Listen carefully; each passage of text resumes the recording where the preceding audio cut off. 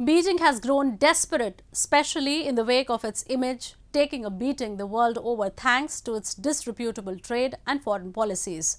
While on one side it has doubled down on its expansionist agenda, Beijing's modus operandi of spinning a false narrative in order to set the ball rolling for something more diabolical is once again at play.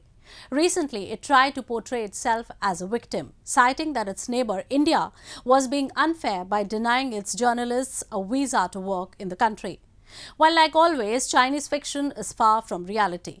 For one, India never denied a visa to anyone who was not working beyond his brief. And two, Beijing staged this entire drama to divert the limelight from its unilateral and desperate decision to rename close to a dozen locations in India's sovereign territory of Arunachal Pradesh.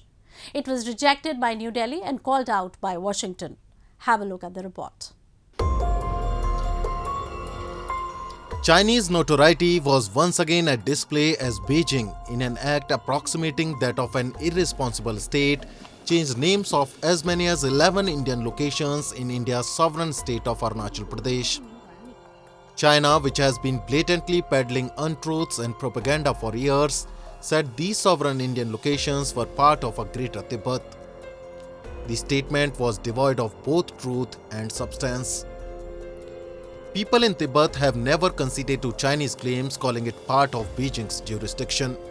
In fact, Tibetans who run their government in exile in the Indian state of Himachal Pradesh have been demanding freedom from the direct clutches of China, expectedly implying its declaration was imprudent, unilateral and against the very idea of global diplomacy. India rejected Chinese claims.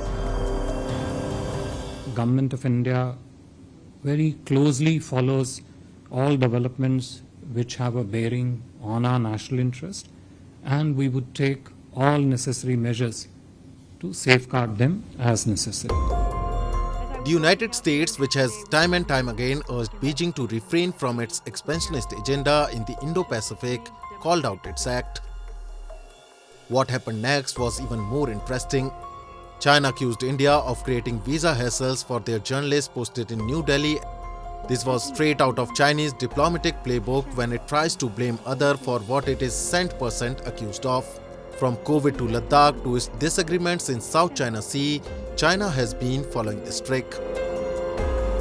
一直以来，中方保持着克制、秉持善意，同印方积极沟通。中国外交部、中国驻印度大使馆多次就中方记者签证问题向印方表达关切。令人遗憾的是，印方不仅置之不理，甚至变本加厉，一错再错。鉴于上述，中方将不得不采取适当的反制措施，维护中方媒体的正当权益。中方欢迎印度记者来华工作。 如果印方采取积极措施改正错误，中方也愿相向而行，继续为印度记者提供便利。The reality, however, is far from Chinese fiction. Indian newspapers reported this week that 2 Indian journalists posted in Beijing were barred from returning to their jobs in Chinese capital from India.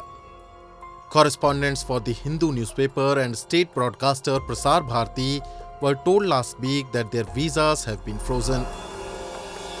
So there are Chinese journalists who have valid Indian visas for pursuing journalistic activities in India.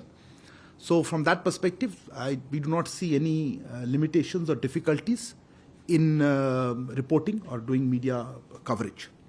As regards Indian journalists working in China, we would hope that Chinese authorities would facilitate their continued presence and reporting from China. We are in touch with Chinese authorities in this regard. There is nothing new in the discourse. China has been engaged, or should we say, it has manufactured border crises with over a dozen countries. Almost everybody has accused China of resorting to lies and propaganda in furthering its agenda. Relations between the nuclear-armed Asian giants have deteriorated since the mid-2020 when Chinese and Indian troops clashed on their disputed Himalayan frontier, leaving 24 dead. The situation has largely calmed after military and diplomatic talks, but the face-off continues in pockets along the frontier.